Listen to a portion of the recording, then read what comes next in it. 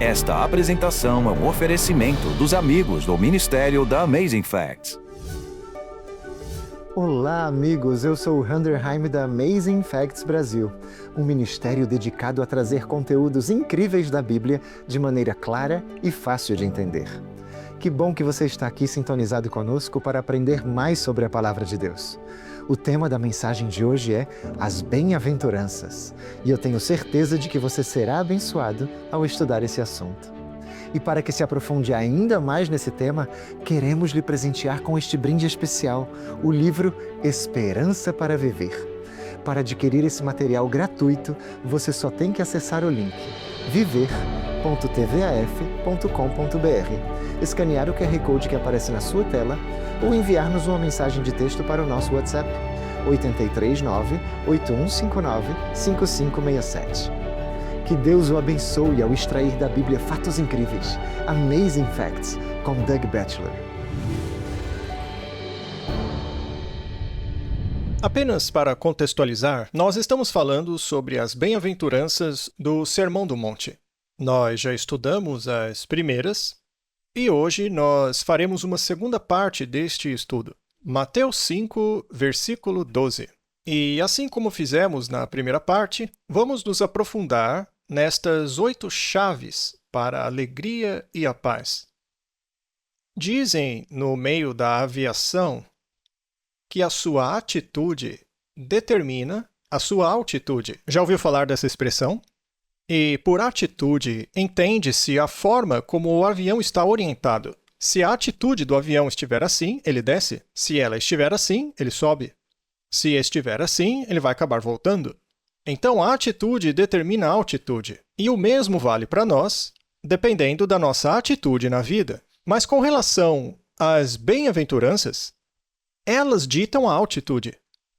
Na Bíblia, a palavra para bem-aventurança significa bênção, e ela tem a ver com a sua atitude, porque ela trata da nossa vida interior. Todas as bem-aventuranças tratam disso. Bom, na primeira parte, nós analisamos as 3 primeiras bem-aventuranças. Vamos revisar rapidamente.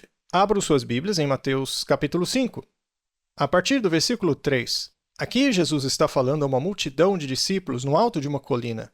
Ele então se senta e passa a ensinar as bem-aventuranças. Bem-aventurados os humildes de espírito, porque deles é o reino dos céus. E ele não disse que será deles, mas que já é. O reino de Deus já está disponível. Os pobres de espírito são aqueles que reconhecem sua pobreza espiritual.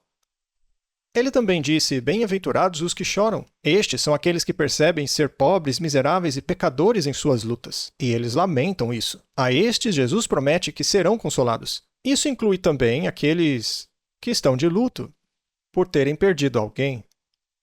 A Bíblia nos conta que quando Marta e Maria foram até Jesus após a morte de Lázaro, ao ver todos chorando, Jesus chorou com eles, mas depois os consolou com uma ressurreição. Foram consolados.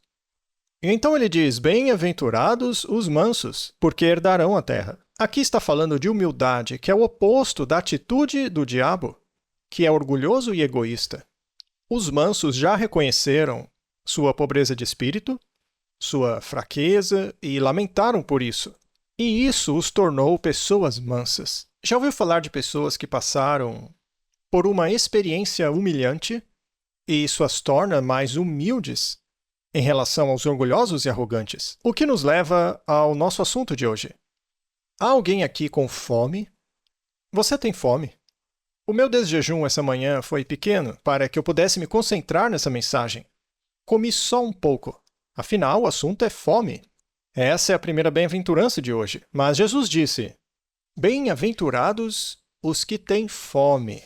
Parece que temos um paradoxo aqui. Achamos que os felizes são os satisfeitos. Mas não, feliz é aquele que tem fome. Mas que tipo de fome? Os que têm fome e sede de justiça. Estes são os que serão satisfeitos. Esta é uma das bem-aventuranças mais importantes. Na sequência, você vê uma mudança ocorrendo. Primeiro, ele falou sobre pobreza de espírito, e depois luto, humildade. Mas Jesus não quer que analisemos apenas o problema. Agora devemos começar a olhar para a solução. Eu não quero continuar sendo um pobre de espírito para sempre. Eu quero começar a ser justo. E justiça é uma definição de Cristo. Ter fome e sede de justiça significa que você está começando a querer ser como Jesus, ter as atitudes dele. A verdade é que todas as bem-aventuranças falam sobre ser como Cristo. Ele se fez pobre para que fôssemos ricos. Então, à medida que formos analisando uma por uma, descobriremos que a essência de todas as bem-aventuranças é sermos como Jesus. Mas como obter essa justiça? Temos que ter fome dela. A fome é algo que todos nós temos. É parte da vida. É algo que está em andamento. A fome e a sede de justiça também é um desejo constante em andamento. É um preenchimento contínuo que ocorre quando temos esta fome por justiça. Sabe, é uma pena, e eu digo é uma pena no sentido de que poucas pessoas aqui já tenham passado fome.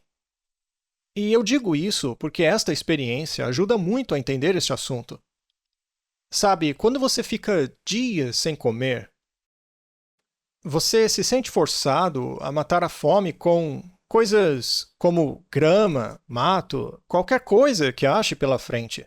Você se contenta com qualquer coisa que alivie a fome em sua barriga. Quando a maioria ora dizendo, Senhor, dá-nos o pão de cada dia, ela não está realmente preocupada com isso.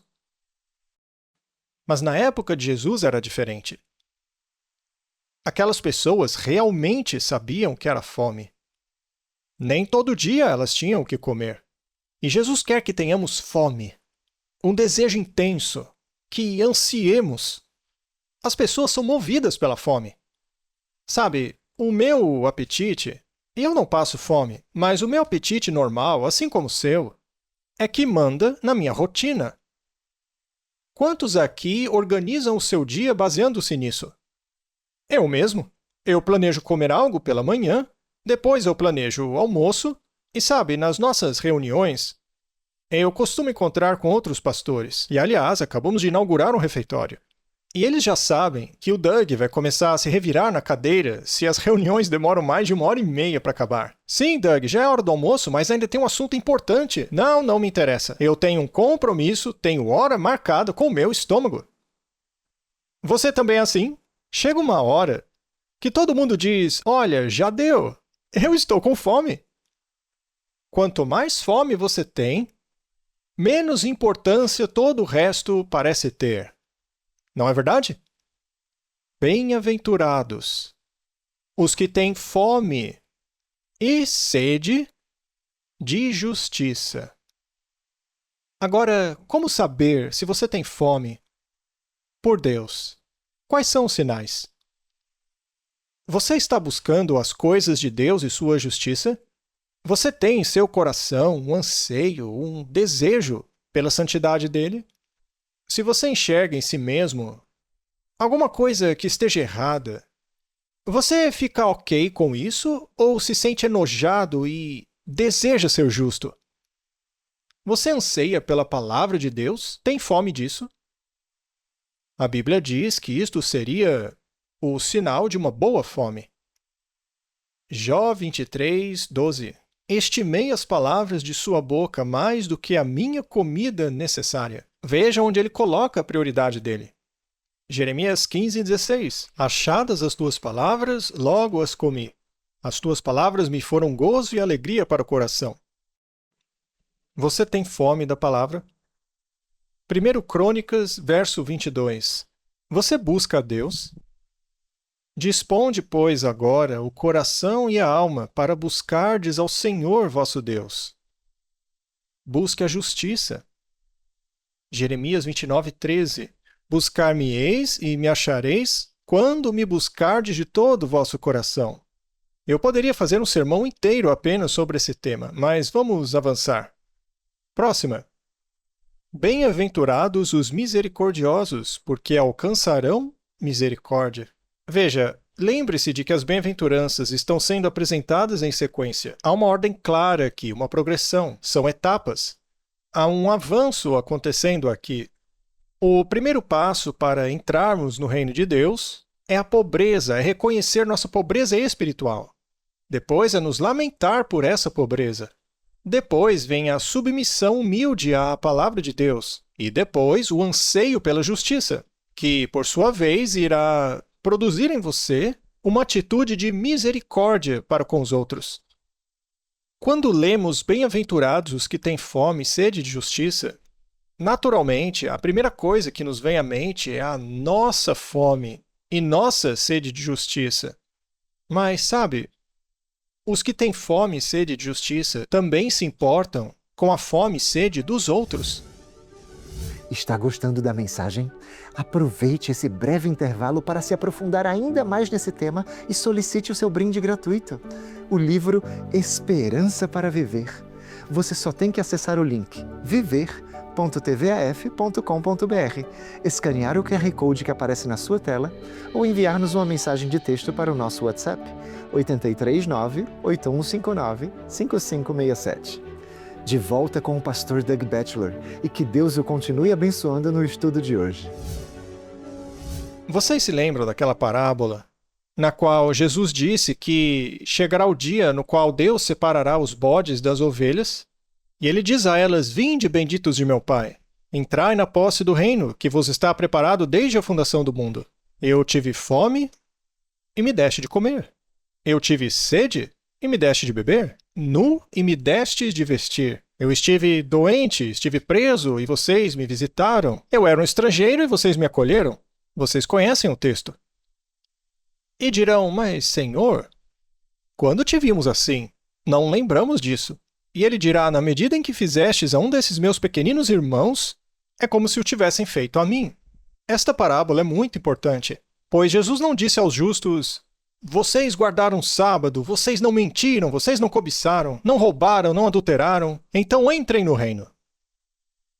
Jesus não julga baseando-se nos pecados de comissão, mas sim nos pecados de omissão. Ele disse aos bodes: "Longe de mim, malditos, para o fogo eterno, preparado para o diabo e seus anjos. Pois tive fome e não me deste de comer, tive sede e não me deste de beber, estava nu e não me vestistes, estava sozinho, na prisão, e você não me ajudou." "Mas, Senhor, quando é que te vimos assim? Na medida em que não fizestes. A um dos pequeninos não fizestes a mim." Uau! Ou seja, não tiveram misericórdia de ninguém. Viveram num mundo cheio de pessoas necessitadas, gente sofrendo, e não tiveram misericórdia. O bom samaritano teve misericórdia de um completo estranho. Ele parou e colocou azeite e vinho nas feridas, o colocou em seu animal, caminhou a pé, o levou para a estalagem e disse: "Cuide deste homem. Eu pagarei qualquer despesa, mesmo ele sendo samaritano." Isso é andar uma segunda milha por um inimigo. Bem-aventurados os misericordiosos, porque alcançarão misericórdia. Você se importa com os outros, mas apenas tem dó ou faz algo a respeito? Normalmente, ao vermos alguém sofrendo, apenas sentimos dó, fazemos uma pequena oração e seguimos nosso caminho. Mas qualquer um pode fazer isso. A misericórdia bíblica é proativa. Ela faz algo pelos sofredores. E Jesus disse que estes serão abençoados. Sabe, existe uma bênção para aqueles que suprem as necessidades do seu próximo. A Bíblia diz: "Mais bem-aventurado é dar que receber." Somos abençoados quando damos. E Jesus quer que tenhamos esse tipo de misericórdia. Mas ao mostrarmos misericórdia, nós o fazemos porque já recebemos misericórdia de Deus. Recebemos misericórdia. E isso nos remete à parábola lá de Mateus 18, sobre o homem que estava endividado com o rei em 10.000 talentos. Aquele homem havia desperdiçado o dinheiro do rei. Ele havia roubado o dinheiro do rei e agora ia para a cadeia, sua família seria vendida, e o servo se prostra dizendo: "Senhor, tem misericórdia de mim." E ele chora e soluça, sua família também chora, e o rei acaba se compadecendo daquele homem. Mas você sabia que 10.000 talentos é o orçamento anual inteiro de um país pequeno? É uma quantia fantástica de dinheiro. É como a nossa dívida nacional. trilhões de dólares. Ainda assim, o rei diz: tudo bem, eu te perdoo. O rei assumiu o prejuízo. Ele sofreu a perda. Olha, se eu fosse aquele homem andando por aí, sabendo que tem uma dívida gigantesca com o rei, eu pensaria nisso todos os dias. Eu não conseguiria ter prazer nenhum na minha vida.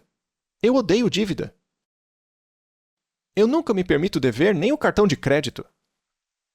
10.000 talentos. Ainda assim, perdoado. Zerei a sua dívida. Então aquele homem vai embora e encontra um colega que lhe devia uma quantia irrisória. Ele agarra aquele homem e o joga na prisão por, sei lá, R$50. Nada. E ao saber disso, o rei fica furioso. Eu perdoei toda a sua dívida porque você me pediu. Você não poderia ter tido compaixão do seu próximo assim como eu tive de você? Quando a Bíblia diz bem-aventurados os misericordiosos, não é apenas sobre ter dó dos outros, mas sobre perdoá-los. Entendem? Vocês se lembram do que Jesus disse na oração do Pai Nosso? Se vocês não perdoarem os outros, o Pai de vocês também não os perdoará. Há pessoas que não gostam de orar o Pai Nosso por causa disso. Porque essa oração exige que perdoemos. Dependendo do evangelho que você estiver lendo, a palavra é transgressão ou dívida. Mas o princípio é o mesmo. Alguns não querem que Deus os perdoe da mesma forma que perdoam os outros. Bem-aventurados os misericordiosos. No final de Mateus 18, ele diz: aquele servo mau que não perdoou, e Deus não está dizendo, perdoe todo mundo e eu terei misericórdia de você. Deus tem misericórdia de você primeiro, mas depois você deve ter também. Deus toma a iniciativa em ter misericórdia de nós. É Deus quem tem a iniciativa do Evangelho. Ele perdoa primeiro, mas depois disso temos que permitir nosso coração ser transformado para que perdoemos os outros. Do contrário, como aconteceu àquele homem, seremos enviados aos torturadores até que paguemos toda a nossa dívida. Jesus disse: assim meu Pai Celestial fará a vocês, se cada um do seu coração não perdoar as ofensas dos outros cometidas a vocês. Uau! Ou seja, o perdão de Deus é gratuito. Porém, existe um critério para mantê-lo: é compartilhá-lo. Ninguém tem o Evangelho se não o compartilha. Temos que dividi-lo com outros. Bem-aventurados os misericordiosos, porque alcançarão misericórdia. Colossenses 3, 12 e 13. Revesti-vos, pois, como eleitos de Deus, santos e amados, de ternos afetos e misericórdia, de bondade, de humildade, de mansidão, de longanimidade. Suportai-vos uns aos outros, perdoai-vos mutuamente, caso alguém tenha motivo de queixa contra outrem. Assim como o Senhor vos perdoou, assim também perdoai vós. Não é opcional. Não existe esse negócio de, eu não consigo, o senhor não sabe o que disseram contra mim. Eu não vou perdoar ninguém até que se arrependam. Mas isso é para o seu próprio bem. Porque o não perdoar é um veneno ou um ácido que corrói o seu recipiente. Se você guarda ressentimento no coração, é como estar guardando dentro de si um ácido. Portanto, devemos perdoar para o nosso próprio bem, ainda que a parte ofensora não se arrependa. Você não tem controle sobre isso, mas pode dizer, Senhor, pelo teu poder eu vou deixar isso para lá. Após um certo tempo, temos que acabar dizendo, Senhor, tira esse ressentimento do meu coração. Jesus disse, nisto conhecerão todos que sois meus discípulos, se tiverdes amor uns aos outros. Esse mundo ainda não viu uma igreja que perdoa e ama uns aos outros. Eu sempre digo que seria fácil ser pastor se não existissem pessoas. Muito bem. Agora, bem-aventurados os limpos de coração, porque verão a Deus. Ao longo das bem-aventuranças, Jesus nos lembra de que o seu grande interesse é o nosso interior. Se você for limpar um copo, limpe o seu interior primeiro. Deus quer que sejamos puros de coração. A Bíblia diz que sem santidade ninguém verá a Deus. O Evangelho foi concebido para nos perdoar. Há uma justiça que Cristo nos oferece ao termos fome e sede de justiça. E ela nos é dada como um presente por meio do seu sacrifício.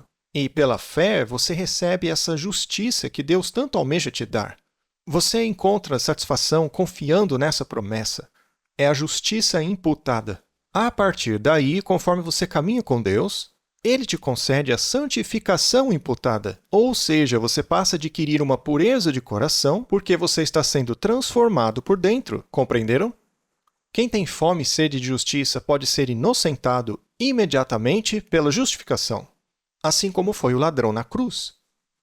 Mas não para por aí, o processo continua. A partir daí, você quer pureza de coração. Não é apenas uma pintura na fachada, mas transformação interior. Pureza do quê? Do coração. E quando a Bíblia diz pureza de coração, é pureza de mente. O homem é aquilo que ele pensa. E nós queremos ter novos pensamentos. Só Deus nos dá essa pureza. Salmo 15, versículo 2. Quem, Senhor, habitará no teu tabernáculo? Quem há de morar no teu santo monte?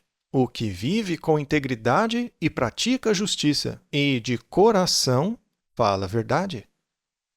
Deus quer que sejamos honestos em nosso coração. Quer que sejamos puros de coração. Sabe que o problema da cobiça é um problema do coração? Mostra que há algo errado ali. João 1,47. Ao ver Natanael vindo em sua direção, Jesus disse: Eis um verdadeiro israelita em quem não há dolo. Em verdade vos digo que vereis o céu aberto e os anjos de Deus subindo e descendo sobre o Filho do Homem. Jesus disse: Eis um israelita em quem não há dolo. Era um israelita puro de coração. 1 Timóteo, versículo 5, Paulo diz: Conserva-te a ti mesmo puro. Enoque caminhou com Deus por 300 anos. Ele queria a pureza de coração. Hebreus 12:4. Segui a paz com todos e a santificação, sem a qual ninguém verá o Senhor. Por que Zaqueu subiu na árvore? Não é porque era baixo, mas porque queria ver a Deus. Ele queria ver Deus. O nome Zaqueu significa puro. Os puros verão a Deus. Ele viu Jesus, ele ansiava por vê-lo e o viu. 1 Pedro 2:1. Desejai ardentemente, como crianças recém-nascidas, o genuíno leite espiritual, para que por ele vos seja dado crescimento. E como crescer em santidade? É pela palavra de Deus. 1 João 3:3. E a si mesmo se purifica todo o que nele tem essa esperança, assim como ele é puro. Veja o nível de pureza do qual estamos falando. Cristãos como Cristo. Deus está nos chamando para sermos semelhantes a Cristo. O propósito do Evangelho é restaurar em nós a imagem de Deus. Eu sei que... Veja, é interessante porque algumas pessoas, depois de ouvirem que o dom da justiça de Deus é gratuito, basta aceitá-lo e ser perdoado, sabe o que dizem? Isso é muito fácil. Não faz sentido. Mas aí você explica que, depois disso, você deve ser santo como Cristo. Ah, isso é muito difícil. Há pessoas que não importa o que você diga, ou é muito fácil ou é muito difícil. É fácil ir a Jesus por meio da fé. Talvez para alguns não. Mas é uma coisa simples. Para recebermos a justiça dele e a pureza dele, ele te dá um novo coração que anseia ser como ele. Lemos em Romanos.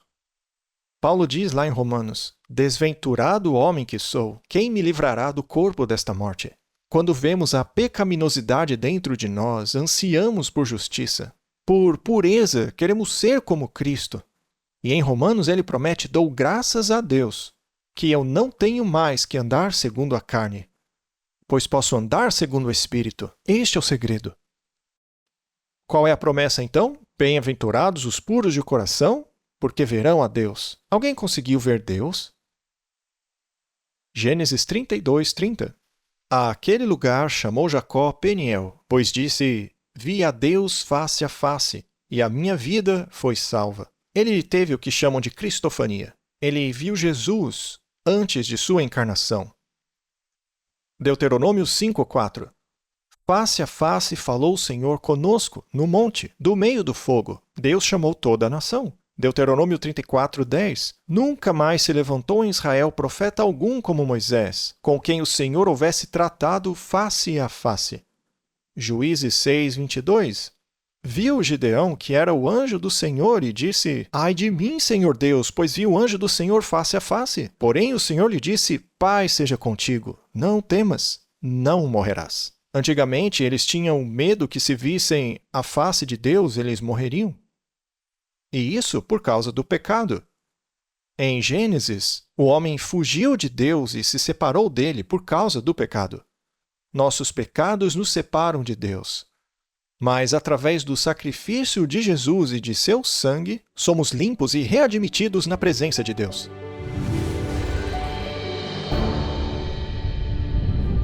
Amigos, chegamos ao final de mais um Amazing Facts com Doug Batchelor. Que bênção é estudar a Palavra de Deus, não é verdade? Obrigado pela sua audiência e não se esqueça de solicitar o seu brinde gratuito, o livro Esperança para Viver. Você só tem que acessar o link viver.tvaf.com.br, escanear o QR Code que aparece na sua tela ou enviar-nos uma mensagem de texto para o nosso WhatsApp 839-8159-5567. Até o próximo programa e lembre-se, a mensagem de Deus é a nossa missão. Por quase 2 décadas, o AFCO, o Centro de Evangelismo da Amazing Facts, tem ajudado pessoas de todos os históricos de vida a aprender as habilidades práticas de como buscar e salvar quem está perdido. E agora, estamos trazendo essa capacitação para o Brasil. Esse curso intensivo equipará você a se tornar um melhor ganhador de almas, obreiro bíblico, missionário e discípulo como um todo. Além disso, a equipe de especialistas do AFCO vai ajudar você a colocar sua capacitação em prática ao trabalharmos nas regiões vizinhas, preparando séries evangelísticas especialmente voltadas para que as pessoas entreguem seu coração ao Senhor. Você vai aprender a comunicar sua fé com segurança, a qualquer momento e em qualquer lugar, desenvolvendo ao mesmo tempo uma vida devocional pessoal vibrante. Portanto, se você deseja se tornar um ganhador de almas eficiente e desenvolver amizades para toda a vida com pessoas como você, entre em contato com o AFCO agora mesmo. Esse é um programa que vai mudar sua vida, mas as vagas são limitadas. Para mais informações, acesse fco.amazingfactsbrasil.com.br.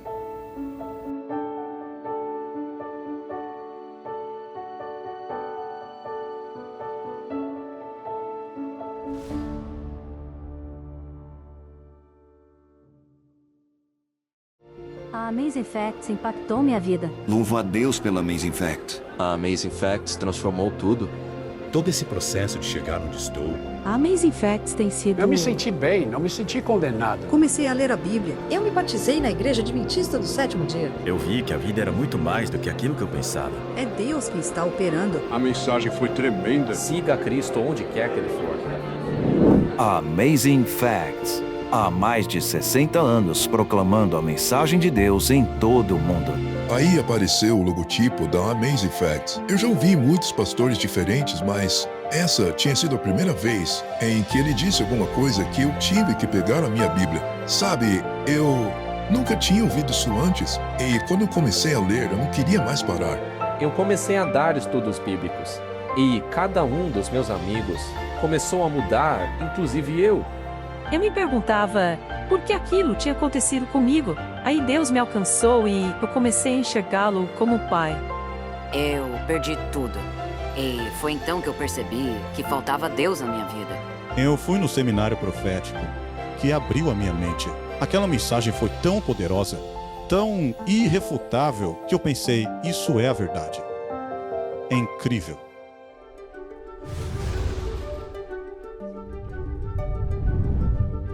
Não se esqueça de solicitar seu brinde gratuito de hoje. Vai ser uma bênção na sua vida. E obrigado pelo seu apoio de sempre, nos ajudando a levar o Evangelho de Jesus Cristo ao mundo. Esperamos que você esteja conosco na próxima semana, ao nos aprofundarmos na Palavra de Deus, explorando mais fatos incríveis.